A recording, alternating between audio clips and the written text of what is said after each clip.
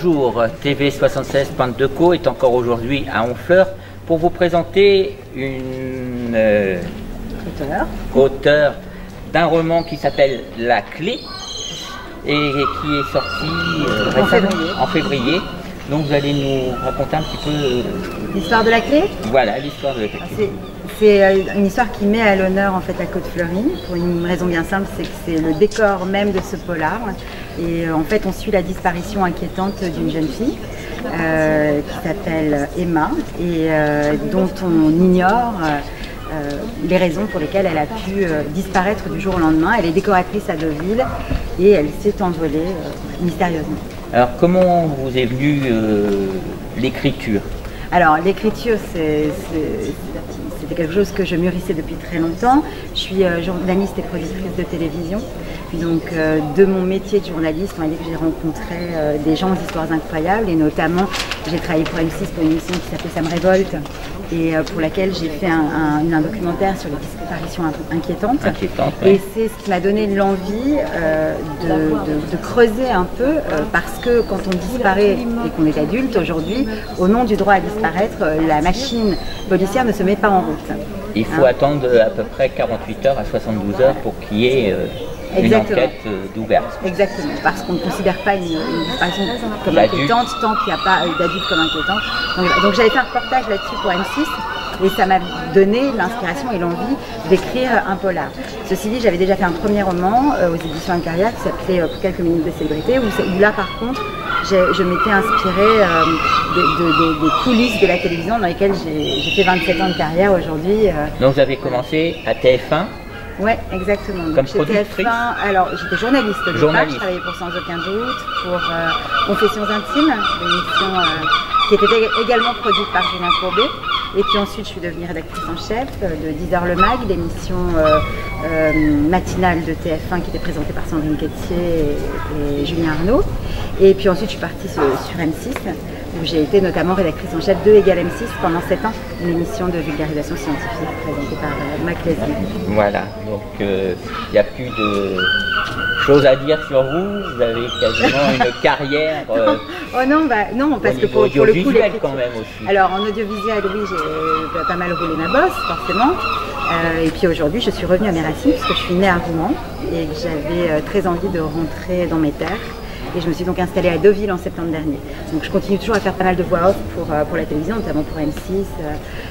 J'ai été pendant longtemps, et c'est encore diffusé aujourd'hui, mais la voix off de Chasseurs d'appart, l'émission présentée par Plaza, Stéphane Plaza. Voilà, donc sur les rediffs du samedi, vous entendez encore ma voix aujourd'hui. Donc voilà, je fais encore des petits sauts de puce à Paris pour pratiquer mon métier de journaliste et de productrice sur des courtes durées pour pouvoir consacrer de plus en plus de temps à l'écriture et puis à ma région. Alors est-ce qu'il y a une suite à La Clé?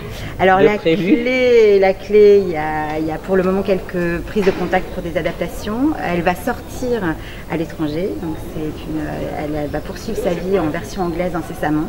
Donc on prépare une sortie en Angleterre et aux États-Unis, donc c'est une belle aventure. Parce que c'est mon premier livre qui va s'exporter. Le premier était resté franco-français. Donc c'est une autre aventure qui s'ouvre à moi. Et puis du coup, si vous voulez, ce qui a intéressé les anglo-saxons, c'est que je parle aussi beaucoup du débarquement, des plages du débarquement, et il y a un amour tel pour la Normandie que du coup les anglo-saxons se sont intéressés à ce polar et ont envie d'aller à notre région. Exactement. Donc la suite pour La Clé, c'est ça, et puis un troisième roman qui est en cours d'écriture et qui sortira en 2021. 2021. Donc qui parlera, qui est aussi un polar, et, qui se déroule aux États-Unis, cette fois sur la côte ouest où j'ai fait mes études. Voilà. Mais une partie de l'histoire sera portée par une jeune Normande en fait, qui part faire des études de langue à l'étranger. Et ben voilà, vous pouvez acheter le livre d'Anaïs Maquinet de Necker, La Clé. Et c'est un très bon livre, vous pourrez le lire cet été, allongé sur une banquette dans votre jardin. Voilà. À bientôt. Merci. Merci. Au revoir. Alors, je vais vous présenter notre deuxième invitée sur Honfleur aujourd'hui, qui est Ludivine, qui est aquarelliste, et elle va nous parler de sa passion. Bonjour, alors moi je suis graphiste coloriste et puis pendant le confinement j'ai réalisé 100 aquarelles de façades colorées en couleur. J'ai choisi que des exemples où il y avait de la couleur parce qu'on a quand même beaucoup de pans de bois, de briques, mais si c'était un pan de bois marron, j'ai pas dessiné, j'ai dessiné que les façades où il y avait de la couleur. Et le défi était d'en faire 100. Et c'est un projet qui est né en décembre. Alors pourquoi 100? Alors 100 parce qu'au début c'était un petit projet qui est né en décembre et avec une commerçante d'Honfleur qui a vu un carnet de croquis que j'avais fait qui m'a dit mais vous pourriez faire ça sur les façades d'Honfleur, ça serait intéressant. Mais c'était pas la belle période, j'ai dit bon on va attendre le printemps, puis au printemps il y a eu le confinement, donc ça a été compliqué. Il a fallu attendre un peu. Au début, je me suis dit génial, il n'y aura personne dans les rues, je vais pouvoir dessiner, sauf que non, il n'y avait pas le droit de stagner. Donc finalement, pendant mes balades de confinement, j'ai pris mes photos de façades qui m'intéressaient et ensuite, chez moi, j'ai dessiné. Et comme mes projets de coloriste sont tombés à l'eau, je me suis mise des défis d'en faire 100 puisque j'avais plus de temps que prévu. Voilà pourquoi 100, c'est un défi. Ah donc ça c'est moi qui ai décidé 100 en fait. C'était des petits formats. C'est à cause du Covid alors. C'est à cause du Covid. Ou grâce du coup. Au grâce. On peut utiliser le mot grâce. Au Covid. Ouais. Donc vous allez pouvoir nous en présenter quelques-unes à la caméra? Alors il y en a quelques-uns qui sont exposés au très petit musée Alphonse Allais. Donc voilà ce que ça donne. Derrière nous. Donc ça c'est le plus petit format carte postale qui une fois encadré fait un format de 18 x 24 ou encadré sur fond noir avec des bords. Ça prend combien de temps de faire un... Il faut en faire plusieurs à la fois parce qu'il y a des temps de séchage. En fait c'est de la gouache, un peu façon aquarelle. Donc on attend que ça sèche. Donc c'est intéressant d'en faire plusieurs à la fois, sinon ça prendrait trop de temps pour un seul. Donc là, il y a combien de couleurs? C'est quadricouleur, on peut dire, il y a du bleu, du rouge, du brun. Il y a beaucoup plus que ça parce qu'il y a plein de nuances si on regarde de près. Donc là, c'est briques avec des détails de silex au-dessus des baies. Et en fait, si on regarde de près avec le pastel, ensuite je retonifie les couleurs en rajoutant de la vivacité. Donc il y a des nuances roses, orangées, et puis il y a le ciel bleu aussi qui vient Donc ça, c'est une façon de diluer, en fin de compte, la gouache. C'est ça, et après on vient par-dessus avec du pastel. En fait, c'est de la gouache déshydratée, un peu comme les petits ronds pour les enfants. Et façon aquarelle, du coup, parce que c'est très léger. Et ensuite, donc je peux en mettre plusieurs couches et ensuite j'amène du pastel tendre ou gras par-dessus. Donc c'est une technique que vous avez appris Oui, c'est... Alors j'ai pas appris ça vraiment à l'école, hein, c'est moi qui avait cette affinité avec ces outils. Vous avez mis au point votre technique. Voilà, c'est ça, exactement. Moi aussi, en discutant avec les professeurs pendant les études d'art également. Mais après oui, c'est ma technique pour rehausser les couleurs. Donc vous êtes diplômé en art Oui, alors j'ai fait ma première année en école d'architecture. Ensuite, j'ai un BTS d'art appliqué et une licence professionnelle conservation et restauration du patrimoine bâti. Donc voilà le profil à la fois artistique et technique. Technique, alors ce qui vous permettrait éventuellement de travailler sur un monument historique pour la restauration. C'est le cas, oui. Donc, je travaille notamment avec la conservation des monuments historiques, la CRMH, qui fait partie d'un service de la DRAC. Et on a travaillé sur la cathédrale de Bayeux parce qu'ils ont découvert une peinture médiévale derrière un retable. Le retable a été enlevé pour le restaurer. Voilà, c'est ça. Il est parti en laboratoire et quand ils l'ont enlevé, ils ont découvert cette peinture murale datant du XIIIe siècle avec des réflexions du XVe siècle. Et le retable est bien sûr revenu, mais le but c'était de communiquer au public que derrière ce retable, donc ils ont aménagé une partie amovible pour les journées du patrimoine. Et en plus, moi j'ai réalisé un panneau de médiation avec la conservatrice des monuments historiques en collaboration pour retranscrire l'état coloré du XIIIe siècle et expliquer surtout aux gens la description de cette peinture parce que c'est un registre religieux et surtout leur dire que derrière ce retable il y a ce trésor. Un trésor inestimable. C'est ça.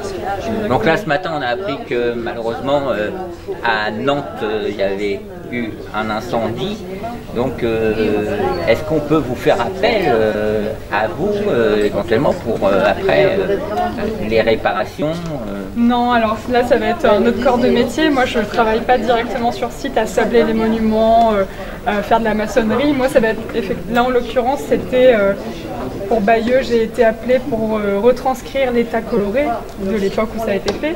Parce qu'aujourd'hui quand ils ont découvert la peinture, c'était même s'il y a eu des restaurations, enfin un nettoyage surtout, enfin, c'est délavé, les couleurs Oui, ils sont passées. Complètement. Donc moi, sur le panneau, je vais redessiner, remettre les teintes, et je vais faire toute la mise en page du panneau, mais mon travail n'est pas d'intervenir directement sur le monument. Non.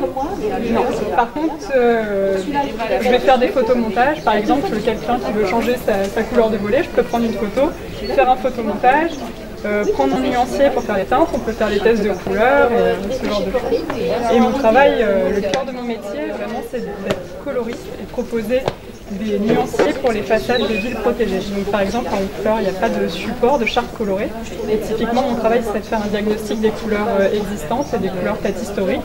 Par exemple, dans les ports comme Honfleur, dans les ports de pêche, on dit que souvent les pêcheurs utilisaient le reste des peintures de leurs bateaux pour les mettre sur leurs portes et volets. Donc voilà, ça serait refaire tout ce travail. Les volets et puis qui apportent des couleurs magnifiques. Ah oui, c'est ça, chatoyante, et de sortir un petit peu du pan de bois, enfin, des matériaux un peu naturels, bruts, ça apporte un peu de gaieté. Et quand il y a du végétal aussi, ça peut apporter beaucoup de gaieté. Donc là, actuellement, vous êtes sur Honfleur. Oui, mais mes missions sont en partout en Normandie et mobile. Et je suis mobile sur toute la région de Seine-Maritime. Oui, enfin, oui, que ce soit Seine-Maritime, Calvados, mais jusqu'à la Bretagne. Et puis, oui. Si demain on me propose vous pouvez vous déporter en Bretagne, si même dans le sud. Vous êtes appelé le sud. Ah oui, ça s'est pas encore présenté, mais... Mais vous le souhaitez? Ah bah oui, j'aimerais bien. Bon. C'est intéressant de voir ce qui se passe aussi culturellement ailleurs. Actuellement, vous avez d'autres projets sur la région qui vous portent à cœur? Bah, là, avec l'histoire des 100 façades colorées, on essaye de travailler avec Honfleur pour proposer une charte colorée qui va dans ce sens-là. J'essaye aussi auprès de l'office de tourisme de créer un parcours ludique, que ce soit pour les touristes ou les locaux, où on devrait reconnaître les façades dessinées, donc déambuler, faire une sélection, voilà, donc bien sûr avec dans un parcours. C'est ça, on ne mettrait sûrement pas les 100 façades dans le parcours, mais faire une sélection de quelques façades qui nous amèneraient dans les différents quartiers d'Honfleur et où on aurait une anecdote qui nous expliquerait la construction de ce quartier. Une histoire. Voilà, c'est ça. Exactement. Donc ça, on essaye aussi avec l'office de tourisme. Et puis j'aimerais bien aussi écrire un livre en collaboration avec des gens qui l'ont déjà fait. Passer à l'écriture. Passer à l'écriture, mais bon, en intégrant les dessins et dans votre livre. Dans mon livre, mais aussi avec ceux qui ont déjà écrit sur histoire et patrimoine Honfleur, notamment Pascal Lelièvre, qui était mon professeur d'histoire géographie au lycée, qui est cité sur la plaque parce qu'il est président de la société ethnographique du Honfleur. Donc lui, il a plein de savoirs historiques sur les quartiers, donc j'aimerais bien m'associer à divers acteurs pour la rédaction de ce livre, mais faire un ouvrage assez léger quand même, avec des croquis, quelque chose que les touristes pourraient découvrir. Voilà, c'est ça. Ils visitent parcourir. Honfleur, ils repartent avec un souvenir et puis quelques anecdotes essentielles, quelques faits historiques. Donc vous êtes de Honfleur. Là, les projets tout de suite, c'est Honfleur. Honfleur. Et vous êtes d'Honfleur même, vous êtes né à Honfleur? Moi je suis née à Honfleur. Je suis partie pour les études, mais je suis revenue. Très attachée à Honfleur. Très attachée à Honfleur, ouais.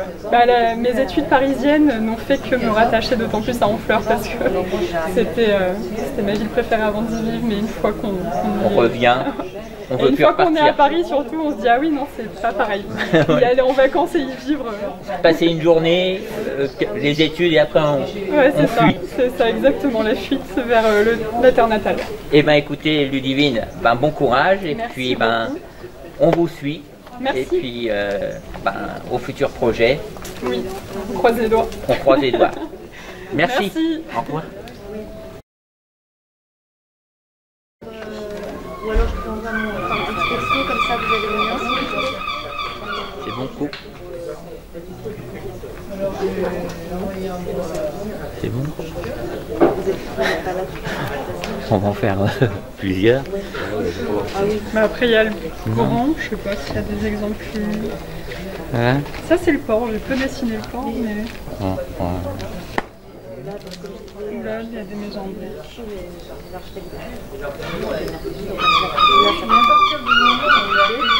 Après, je suis en vacances tout le mois de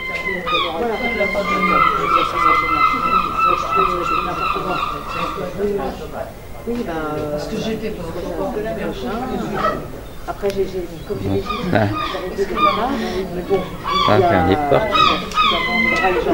C'est bon? Le cadran?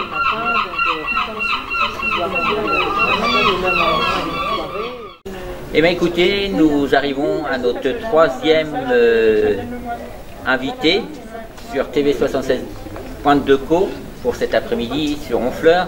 Et c'est une romancière qui est à son troisième livre. Et il est sorti il y a... Là, il vient de naître. Il vient de naître. Ah bah carrément, oui.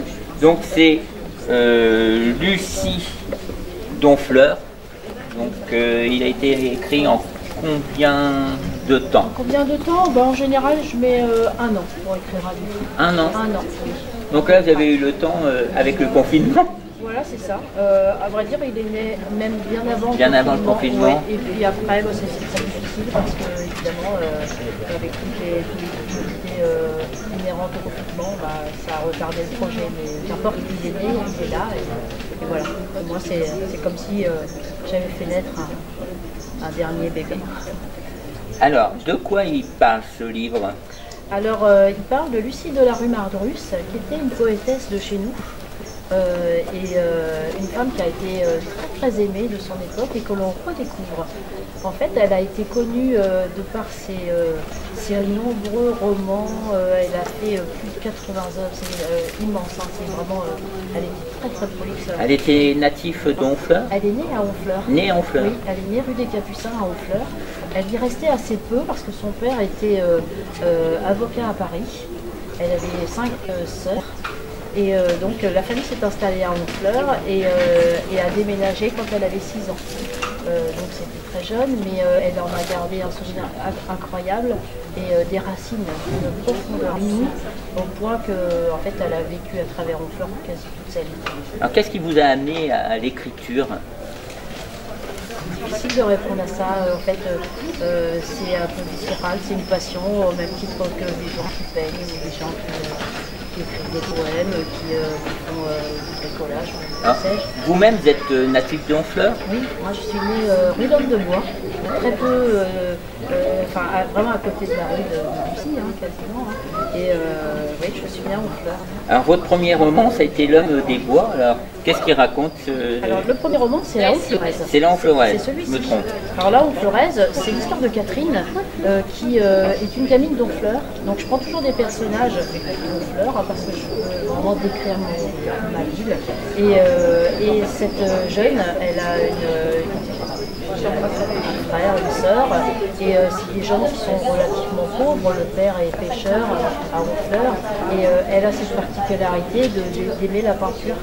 Mais comment est-ce qu'on peint quand on est une gamine au 19e siècle, d'une famille nécessitée de pêcheurs? Donc elle avait un don bien spécifique. Absolument, mais comme elle ne peut pas peindre, parce que voilà, c'est quand même une famille pauvre, il faut remettre dans le contexte de l'époque, du coup, elle va se faire embaucher chez la mère Toutain, qui tient l'auberge à Honfleur et la ferme Saint-Siméon, et cette fameuse auberge.